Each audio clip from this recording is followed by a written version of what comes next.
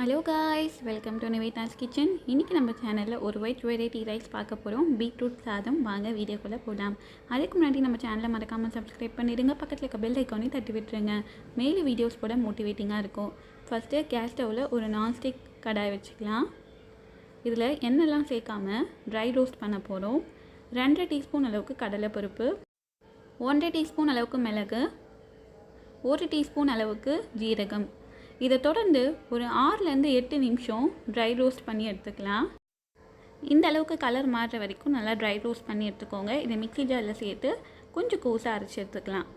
இப்போ அதே கடாயில் 1 டேபிள் ஸ்பூன் அளவுக்கு எண்ணெய், கடலை எண்ணெய் சேர்த்துருக்கேன். எண்ணெய் நல்லா சூடாயிட்டக்கப்புறம் 1 டீஸ்பூன் கடுகு நல்லா பொரியட்டும். இது கூடவே ஒரு பச்சை மிளகாய், கொஞ்சமாக கறிவேப்பிலை சேர்த்துக்கலாம்.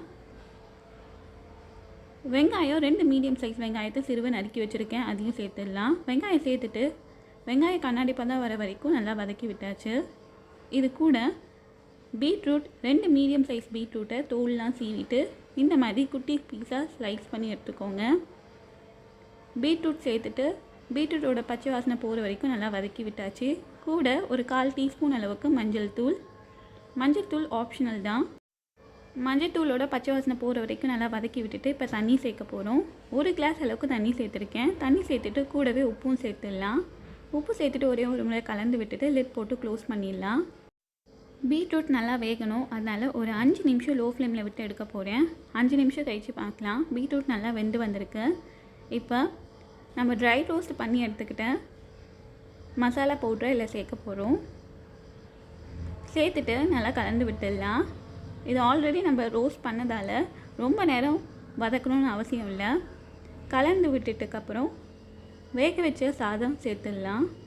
இது நான் குக்கரில் வேக வச்சுருக்கேன். சாதம் சேர்த்துட்டு சாதம் உடையாதபடி நல்லா கலந்து விட்டுடலாம். ரொம்பவே சுவையான பீட்ரூட் சாதம் ரெடி ஆகிடுச்சு. ஃபினிஷிங் டச் கொஞ்சமாக கொத்தமல்லி சேர்த்துடலாம். பீட்ரூட்டே பிடிக்காதவங்க கூட இந்த மாதிரி பீட்ரூட் சாதம் குழந்தைங்களுக்கு லஞ்ச் பாக்ஸ் ரெசிபியாக கொடுத்து அனுப்புங்க. ரொம்ப விரும்பி சாப்பிடுவாங்க. இதை ட்ரை பண்ணி பார்த்துட்டு உங்கள் கமெண்ட் சொல்லுங்கள். மறக்காமல் நம்ம சேனலையும் சப்ஸ்கிரைப் பண்ணிடுங்க. தேங்க்ஸ் ஃபார் வாட்சிங்.